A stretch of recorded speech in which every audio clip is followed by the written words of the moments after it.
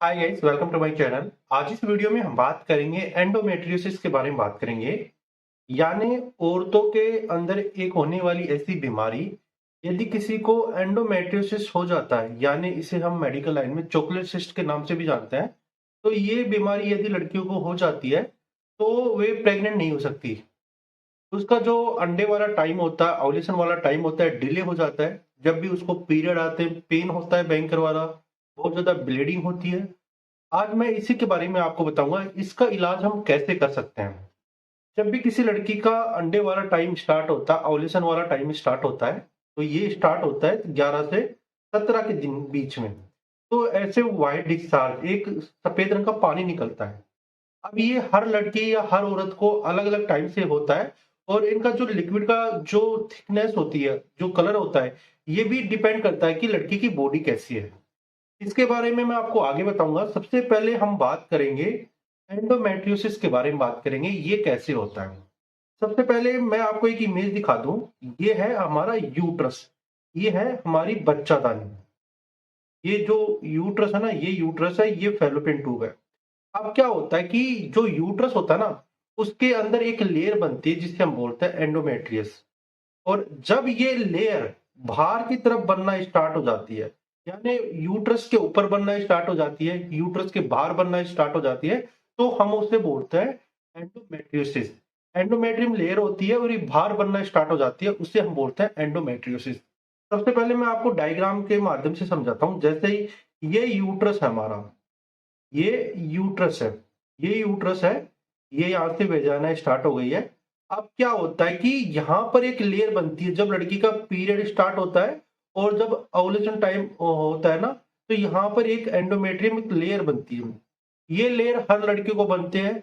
और जब ये लेयर यहाँ पर ना बन के, जो ये फैलोपियन ट्यूब होती है, दोनों तरफ देखो, यहाँ पर भी देखो, ये यूट्रस है और ये फैलोपियन ट्यूब है। तो ये फैलोपियन ट्यूब के आसपास बनना स्टार्ट हो जाती है और यहाँ पर ये ग्रोथ करना स्टार्ट हो जाती है, और इसके अंदर भी ब्लड आना इकट्ठा हो जाता है। जब लड़की की साइकिल नेक्स्ट आ रही होती है, तो यहाँ से ब्लीडिंग होती है और ये ब्लड इकट्ठा हो जाता है। अंडा होता है ना जो लड़की का, वहां पर इकट्ठा हो जाता है। इसे हम बोलते हैं एंडोमेट्रियोसिस। अब हम बात करेंगे, ये बीमारी जब किसी लड़की को हो जाती है तो उस कंडीशन के अंदर हमें क्या करना चाहिए, लड़की आपके पास कैसे आती है। सबसे पहले आपका सवाल होगा, जब ये बीमारी होती है ना, तो लड़की की एज होनी चाहिए 30 साल से, और 40 साल की लड़की ही आपके पास इस बीमारी को लेके आती है। 25 साल की लड़की कभी भी ये बीमारी लेके नहीं आती आपके पास।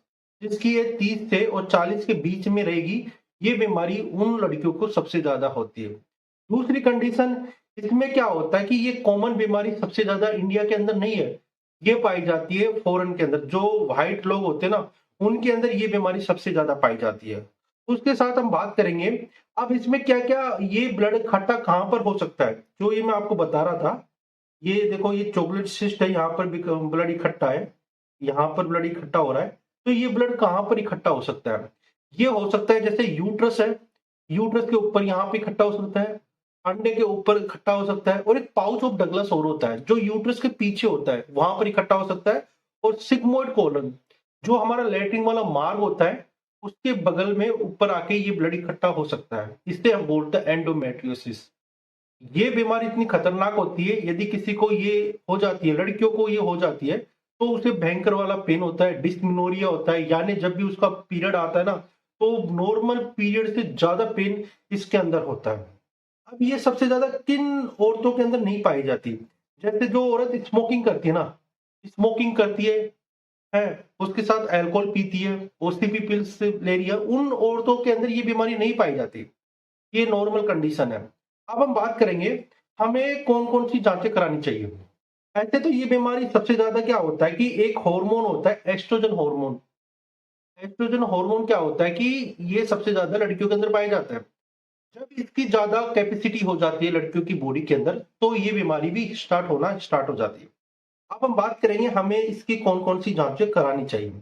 एक होती है टीवीसी, ट्रांस वेजिनल सोनोग्राफी। इसमें एक प्रोब होता है, इस प्रकार का प्रोब होता है, आपको दिखाई दे रहा होगा।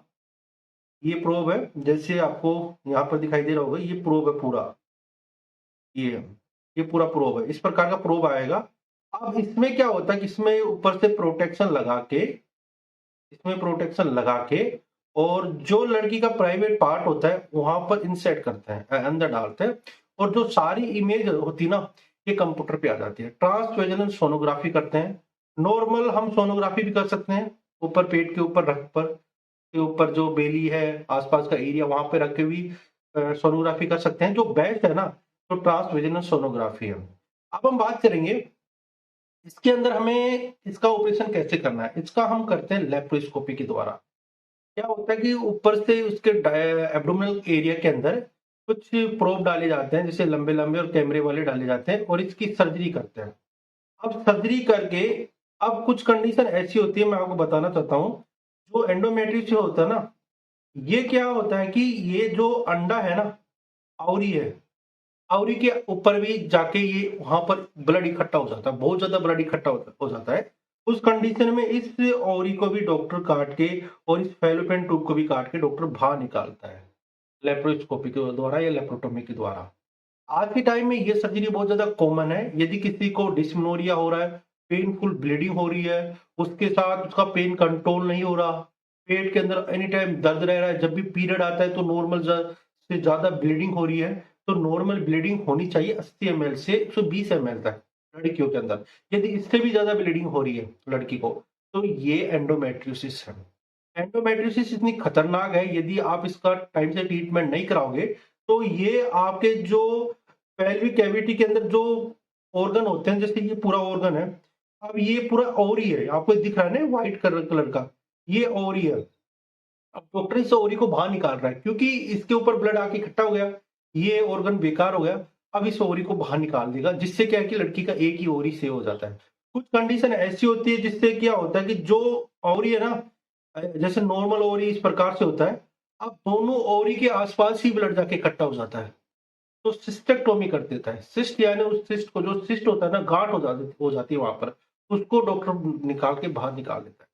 अब जिस लड़की का ओरी ही बाहर निकाल दिया, तो ना पीरियड तो आएंगे, जो उसका ओवुलेशन टाइम है ये नहीं आएगा, क्योंकि अंडे ओवरी के अंदर बनते हैं। अब अंडे ही नहीं रहेंगे तो कहाँ से लड़की प्रेग्नेंट होगी। तो जो उसका व्हाइट डिस्चार्ज होता है ना, ये बिल्कुल बंद हो जाएगा, आएगा नहीं। दूसरी कंडीशन, इस सर्जरी को कराने के बाद तो कुछ समय के लिए पीरियड डिले भी हो सकते हैं, क्योंकि इसके अंदर टैबलेट चलती है।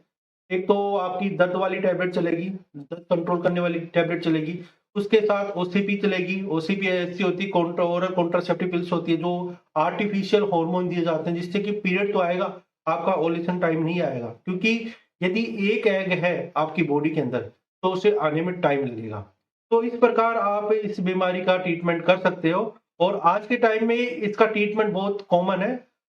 यदि आपको इसमें से कोई से भी लक्षण आपकी बॉडी के अंदर नजर आते हैं, तो आप इसका इलाज करा सकती हो। और ऐसे तो ये बीमारी इंडिया के अंदर बहुत कम परसेंटेज के अंदर पाई जाती है, क्योंकि ये बीमारी वेस्टर्न लोगों के अंदर सबसे ज्यादा पाई जाती है। जो गोरे होते हैं उनके अंदर ये बीमारी सबसे ज्यादा पाई जाती है, और 30 से 40 साल की एज के अंदर ये बीमारी पाई जाती है। और उसके साथ यदि किसी लड़की के अंदर एस्ट्रोजन हार्मोन ज्यादा बढ़ रहा है, तो उनमें भी ये बीमारी पाई जाती है।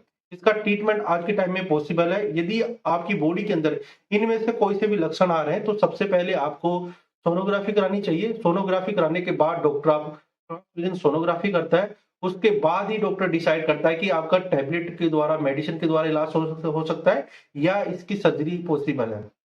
यदि वीडियो आपको अच्छा लगा, वीडियो को लाइक कर देना, मेरे चैनल को सब्सक्राइब कर देना। वीडियो देखने के लिए थैंक यू सो मच।